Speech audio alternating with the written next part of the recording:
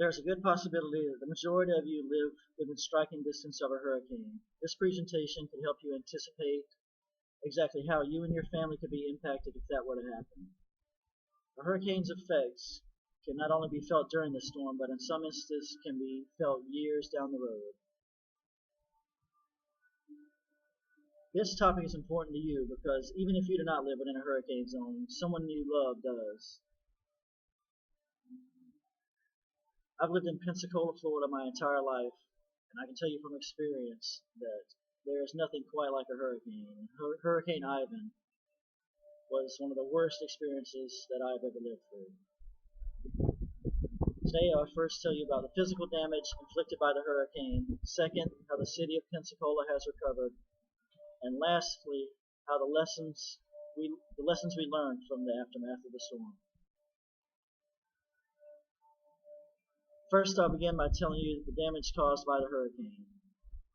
According to CNBC, the 10 most expensive hurricanes in history, Hurricane Ivan ranks 7th on the list with an estimated damage total of $8.6 billion. Now, all of that, of course, did not happen in Pensacola because Hurricane Ivan made quite a loop throughout the U.S. and the Caribbean, but a good bit of it was caused in the Florida Panhandle. In the immediate aftermath, over 365,000 Escambia County residents were left without power, and this is basically everyone in Escambia County did not have any power whatsoever. The hurricane also affected the infrastructure of Pensacola in a dramatic way. The I-10 bridge over Blackwater Bay was a complete loss. The lasting image of Hurricane Ivan is the 18-wheeler dangling over the edge of the bridge with the cab somewhere in the water, and obviously the truck driver died. That's the lasting image. The other bridges were destroyed as well. It seemed like it took forever to get the bridges straight, but eventually they were fixed. The storm also destroyed over half the power lines in northwest Florida. And this helps explain why for 3 weeks I did not have power, and I can tell you it was the worst 3 weeks ever. It was every bit of 96 degrees and 98% humidity every day. Secondly, I'll tell you how Pensacola has recovered from the storm. In Bob Barrick's article on the UWF website, Escambia County Administrator George Turek sums up the resiliency of Pensacola when he states, and I quote, "We will recover. That's what Escambia County does. That's what the state of Florida does.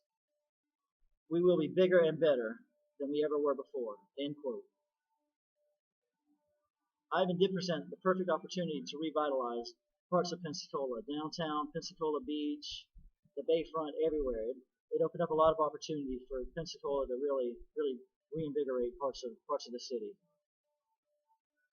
The entire downtown area was renovated. The sewage treatment plant, which was an eyesore for decades, the hurricane finally gave them an opportunity to actually move that thing to the northern part of the county and open up the downtown district for a lot of new development.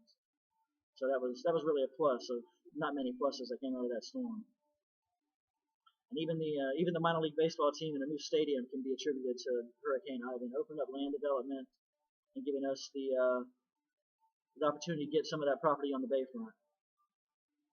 Lastly, I'll discuss how the aftermath of the hurricane has prepared the area for the future. The damaged I-10 bridge was replaced. It was raised from 13 feet to 25 feet. So with that extra 12 feet, it should withstand another storm. According to D. Dunsworthy's article on UWF.org, the new bridge should withstand the next major hurricane, which will really help getting supplies and all the other necessities in. A good program is a program called Rebuild Northwest Florida, which goes into these old homes and actually puts hurricane clips in all the old roofs and really refurbishes everything to withstand another storm. It may not be a fix-all to everything, but it will cut down on the damage substantially during the next hurricane. And most importantly, it highlighted the need for more stringent building codes. You can see this everywhere, from condos on the beach to nice houses on the water to even inland homes are all subject to these new building code standards, which is really great. So that should really help us next year or next major hurricane. Now, in conclusion, hurricane effects are not only felt during the storm, but in some instances can be felt years down the road. I've told you about some of the damage that the storm caused, how Pensacola has recovered since the storm, and how the aftermath of Ivan is still affecting the area. I hope you all enjoyed this presentation, and I hope you never have to go through a storm like this. But if you do, you now know what to expect. Thank you very much.